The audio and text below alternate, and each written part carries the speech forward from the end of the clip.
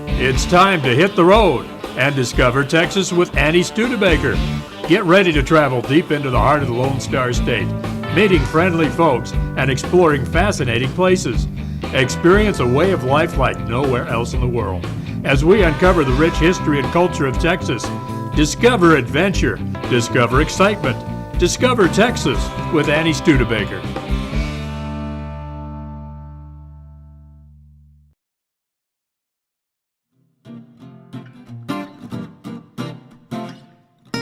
In the center of Millet, Texas, which is a small community, stands a very productive olive farm called Anderson Ranch.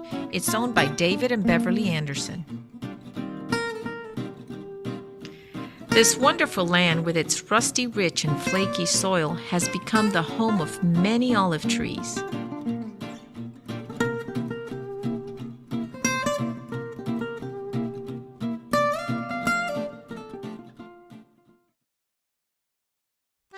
Tell me about your orchard here and what kind of trees do you have? These are Italian trees, and we got them in 1997, and when they came from Italy, they came in just cardboard boxes, and they were bare root, and they were about not quite 2 feet tall. They ordered various types of olive trees from Italy and set forth to focus on what is now Anderson Ranch, a productive and successful olive production business. It wasn't until David and Beverly read an article in the local newspaper that they were encouraged to start an olive farm. Other crops had been considered, but the fact that they had the perfect soil and weather to grow these olives made it the ideal crop. And so we went to that meeting, and when we got to the meeting, we found out that the area that we were in is where they had been studying, and they thought that the olives would do good. And so we decided that we would try it on a pioneering basis because no one was doing it and everything. So we came home and got this plot ready. This is 1 acre of land right here. And at that time, there was not the high density orchards. These are the old style trees that have to be planted like 15 feet apart and then 20 feet across the rows, and so they take a lot more room to plant these trees, and they grow really big. But these trees cannot be mechanically harvested. You have to harvest them by hand, and that means you putting a drop cloth down and climbing the ladders and raking each limb like this to get the olives off, and it's very labor intensive, and some of these trees, you know, get to be 20 feet tall or more. We've cut these back, but they were as much as 20 feet tall, so it got kind of pretty dangerous to get up on the ladders and be raking them off. Well, they bloom by the second week of March, and the inflorescence come on a little bit sooner than that, little buds. Then the blooms come on, and after the blooms set, well, you'd have a little tiny olive on where that bloom was. So by April, you can see what's going to be the olive. If it hasn't gotten too hot. And then the olives grow, of course, through the summer, and in September, they start turning from green, they'll start turning a purple color and go to black. A green olive is a green olive, and a black olive is a ripe olive. You see the green and the black in the store? It's not too different. It's one is not ripe, the other one is ripe. And so the ideal time for harvesting the olives for oil is to harvest them just as they're turning. So you have some greens and some blacks, and the majority of them kind of that in between, kind of a purple color. If you have more green olives in there, you have more of a green colored and more of a sharp taste in the oil. Fruity taste. If you harvest the oil later on when the olives are more black and more ripe, you get more of a mellow and smooth yellow colored oil. So you can get the type of oil you want by the timing your harvest. We took a little walk not far from the orchard and learned another interesting fact about the Andersons. Not only had they become masters for growing olive trees, but they wanted to learn more about the process of olive oil production, so they purchased an Italian olive oil extractor that would turn their olives into high-quality olive oil. Unfortunately, since I do not parlare Italiano, I could not tell you what those labels said. Beverly gave us a brief description of the extractor machine called olerina. It begins with crushing the olives to release the oil trapped inside. Once that is complete, the olive oil is bottled and packed for distribution. Olive wood has great texture, coloring, and design, and is strong enough to make beautiful bowls and cutting boards that would last a long time. This interesting couple takes great pride of their accomplishments and have many photographs to prove it. We stood there and glanced through these pictures, and I could see that they had put their hearts and souls into their business in order to accomplish what they had set out to do. It was a joyous and memorable time with friends and family, whom with their support participated with the planting and harvesting during the start of their business. Then we were off to tea time.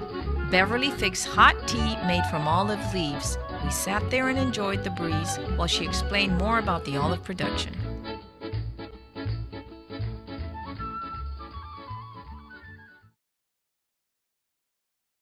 We're visiting the Texas Olive Ranch located between Carrizo Springs and Asherton.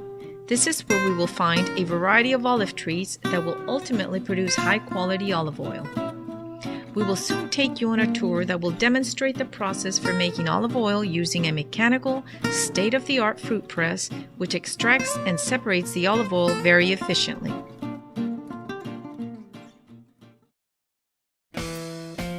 I am Karen Lee, and I do marketing and branding for Texas Olive Ranch. There are a variety of olive trees that grow well in Texas due to the perfect weather and soil conditions. Texas Olive Ranch has a variety of olive trees and is currently growing and pressing olive oil. The olive harvest is the first step to making olive oil. Once the olives have been harvested, the clock starts ticking. They must be brought to an olive mill as soon as possible or the acidity level will be too high, jeopardizing its flavor. The olives are soon transferred to a special container and made ready for the extraction process. After being brought to the mill, the olives are picked through and sorted. Then they're thoroughly rinsed by running them through a cleaner which removes dirt, twigs, and leaves.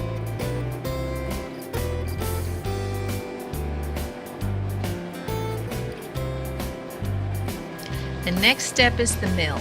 This is where the olives are turned into a paste. After being mixed, the olive paste is put under pressure to extract the liquid oil along with water from the fruit, leaving the paste behind. The olive oil is then separated from the water, leaving behind 100% virgin olive oil, which will then be bottled and labeled.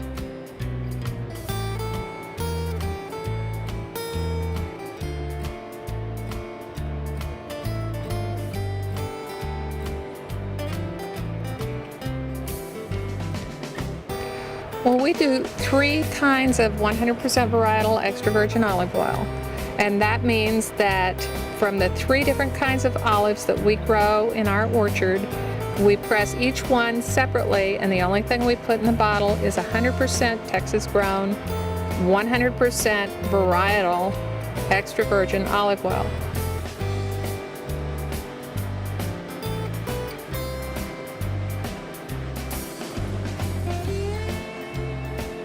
We do a roasted garlic infusion, we do a mesquite smoke infusion, we do orange, lemon, basil, and we have another one that's a cracked pepper and chipotle infusion, which we call rattlesnake oil.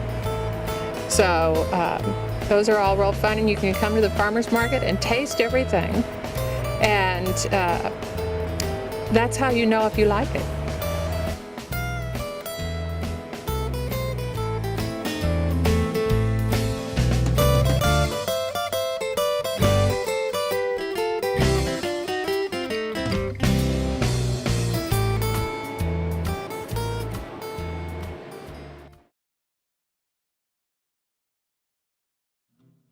Today, we will be visiting a very interesting couple. They have an earthworm farm. They not only sell the worms, but they also harvest the organic material these earthworms produce and create an all-natural fertilizer in a solid and liquid form, which is great for organic home gardens and large-scale producers. My name is Paul Brown, and this is my wife, Becky. Hi. The name of our business is Worm Wranglers of Millet. We raise earthworms, and mainly we raise the earthworms for the castings, which is the worm manure, and for the vermicompost, which we sell to the general public for gardens and their yards and stuff like that. We also produce for the farmers, mainly, is worm casting tea, and it is used as a foliar feed for peanuts, or for any crop for that matter, but we mainly use it on peanuts on our farm, which is Brown and Wilmot Farm. And it helps stop the funguses that we have in the peanuts. That we found it to stop the fungus. We don't have to spend as much money on the fungicides to reduce the fungus in our peanuts. It also helps with the growth of the peanuts, and for the production of the peanuts, it has a higher production rate. When we get ready to start working the worms, or actually we're rebedding and feeding them, we start off with I've got all the worms right now in little 3-gallon black buckets. And they got little holes on the side of the bucket for air holes, and then we have a shower cap that goes over the top of it, so that it actually creates a terrarium.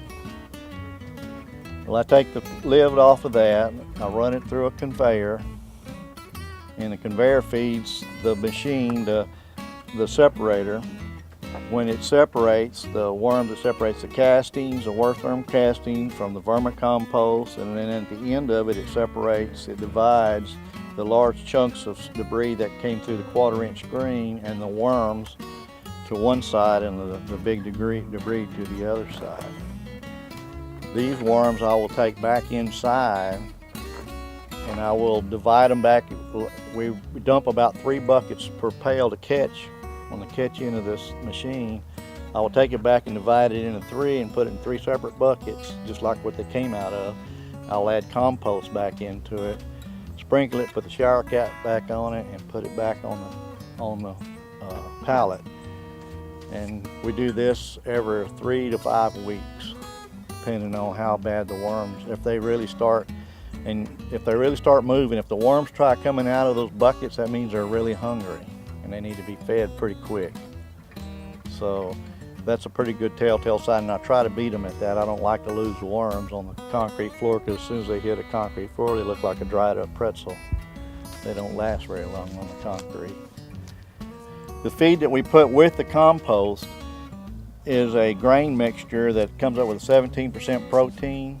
It has wheat and rye, milo, oats into the mix. It's just a variety of grains. It really doesn't matter which ones you use, but they recommend not doing all of one kind. So we do a blend of those with soybean meal that brings it up to 17%. And it seems like if it's any hotter than that, it goes through a heat and it'll actually kill the worms in the buckets. So you can't get it over 17%. Protein. 17% protein, right. And we go to the local schools and do labs with the worms. The kids are always fun. They like to look at the worms and find they're actually cocoons. They're actually cocoons. They encapsulate 2 to 5 little bitty transparent thread-like worms, and it's really neat for the kids to find those and look at them. And we talk about being stewards of the earth and what compost does and who decomposers are and all those neat things. And so it's been a real neat venue for us to do this. I really wanted to touch these worms, so I asked Becky if it was safe. Well, it definitely was safe, but that little worm was not about to make it easy for me. I didn't want to hurt it, so I pulled it gently, and there it was, one fat, happy worm. Open your fingers like a rake and flick that material up, and he'll let go. Yeah, just stick your hand in there and flick this up, and they'll let go. Oh my goodness, look at that. They're just not. They don't make cocoons until they're hungry and they're moving around that bucket and they're interacting with one another. How long did you start this? How long ago? Oh, what's it been, about 5 years? Wow, that's really good. And these you save, right? Yes, and we'll rebed them in fresh composted materials and then let them go for another 4 or 5 weeks. But the worm eggs we use, that's how we expand, because we'll actually put about 3 or 4 of these buckets with the eggs. Whenever we have a lot of eggs, we'll fill them in there and we'll put them in a little incubator. And all it does is keep it around 80 degrees. They say recommend around 80 degrees for these babies. We hatch them and then we put them in another bucket, and usually in about 2 weeks, or 2 weeks intervals. Then we do it again in the next 2 weeks. We divide it, put it in 2 buckets. And then 2 weeks after that, we put it in 4 buckets. And 2 weeks after that, we put it in 8 buckets. And we grow these worms, and they'll have, if they have the 20 or 30 eggs per 100 gram ounce, we will have close to 800 worms in each one of those buckets that are growing. And when they get big enough to run through this machine and not fall out through the little holes, then we put about what was equivalent to 1/4 pound of the worms in each bucket. And on the big worms, it's about 800 worms to a pound. On the little worms, it takes about 1,200 to 1,400 on the little what we call the red wiggler. Yes. These are all the large. These are African night crawlers. These bigger ones we're seeing right here. And I'm trying to get. They're new to me. I haven't done much work with them. I have with the red wigglers. That's all we started with. But now we're into the European and African night crawlers. And the only reason I wanted to go with larger worms is a lot of people want to have fishing worms. In this part of the world, they don't know how to use a red wiggler to catch a fish. They want a huge worm to catch a big fish. Today we will visit Hilltop Gardens in Lyford, Texas. It offers one of the largest collections of aloe species, healing gardens, organic farm production, a bed and breakfast, and much, much more. The South Texas climate makes the ideal place for aloe vera to grow. Visitors will enjoy a tour of the gardens, which are displayed in a beautiful tropical setting that will surprise and impress garden lovers as well as the casual visitor.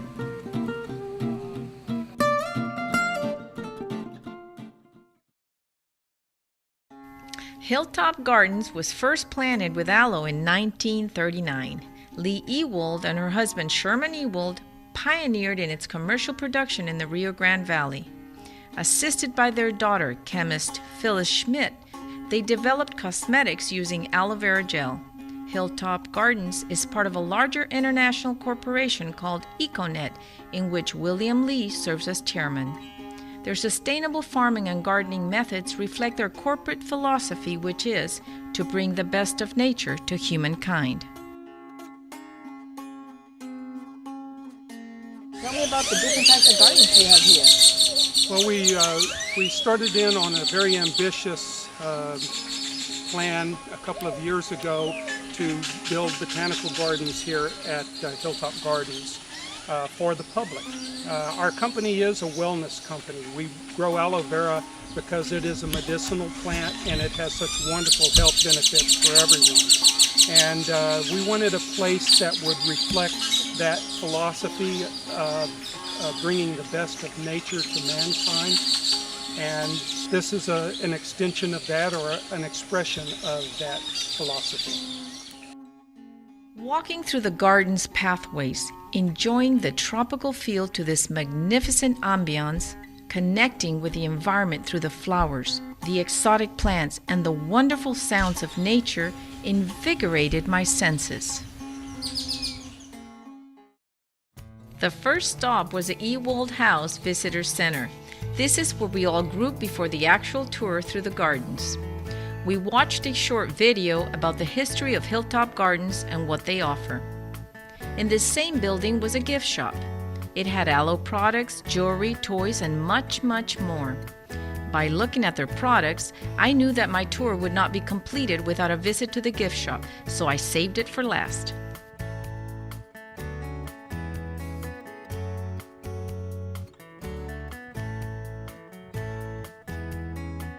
The sensory garden focuses on stimulating different senses. The garden's connecting pathways led us to various sections that displayed numerous plants and flowers, all in harmony with similar and contrasting textures and colors that stimulate the sense of sight. We followed a series of connecting pathways and arrived at the Memorial Aloe Garden. At the entrance of this garden is a bust of Yun-Ho Lee, father of Chairman William Lee, whose vision started with the use of aloe for healing purposes. An amazing site with a great variety of aloe plants.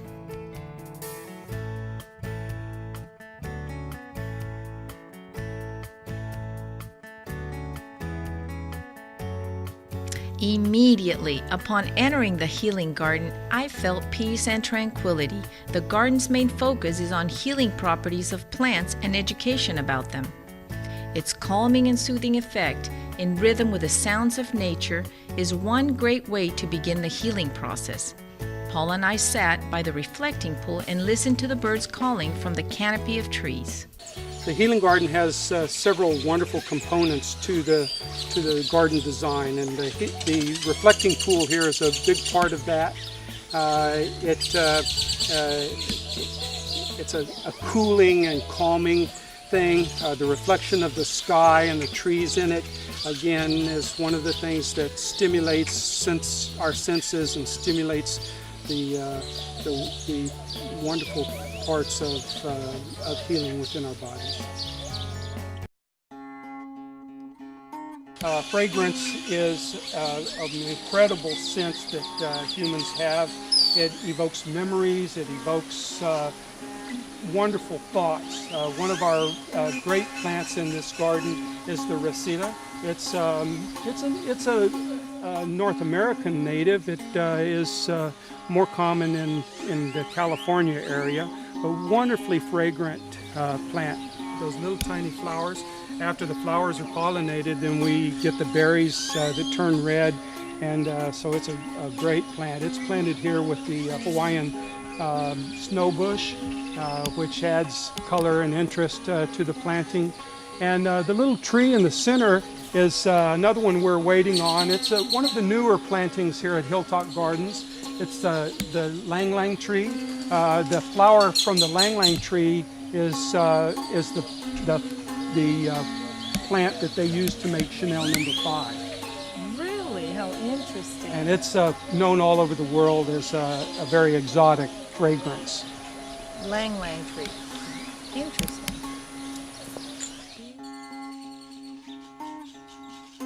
Tell me about this beautiful aloe vera garden.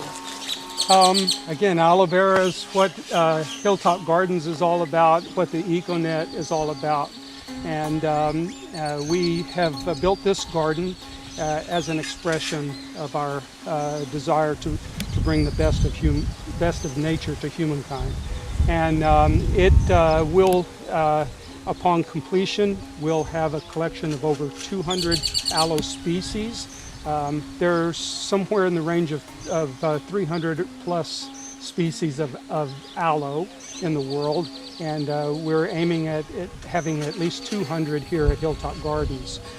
We have been working with a grower in South Africa to get all of those different species that are not available on the common market, and we're bringing them here to the Rio Grande Valley. This aloe plant is about 3 years old, and you can see one of the offsets there, one of the pups down at the very bottom here on this side. This? Yeah, that's a brand new plant coming off of the roots. So you can move it and transplant it? You sure can. Once it gets about a third of the size of the mature plant, it's very easily taken off. And it does that very easily within a year's time. So you get a knife and you just cut the bottom? Right, we'll dig out a little bit so that we can get a little closer to the main stem of the plant, the root system where it all comes together there, and take the plant off with a nice stem of its own. Okay, interesting. Very, very nice.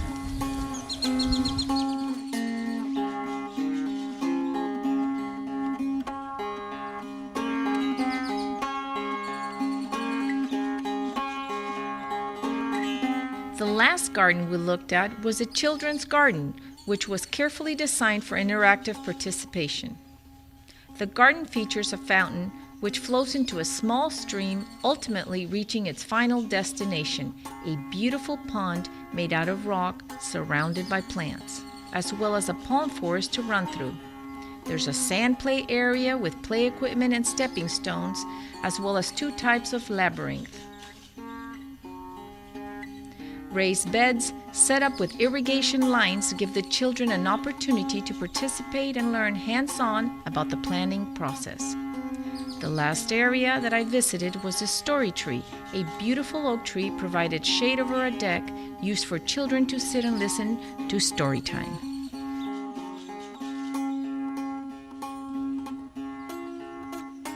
Like I mentioned before, this tour would not be complete without a trip to the gift shop, so that's exactly what I did.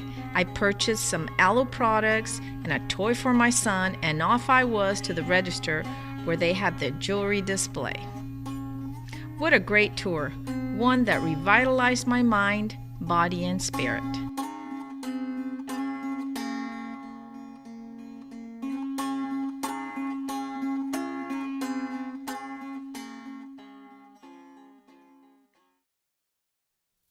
This brings us to the end of our show. We hope you have enjoyed this interesting and educational journey of unique farms and gardens. Who would have ever thought that earthworms could be so beneficial to our soil?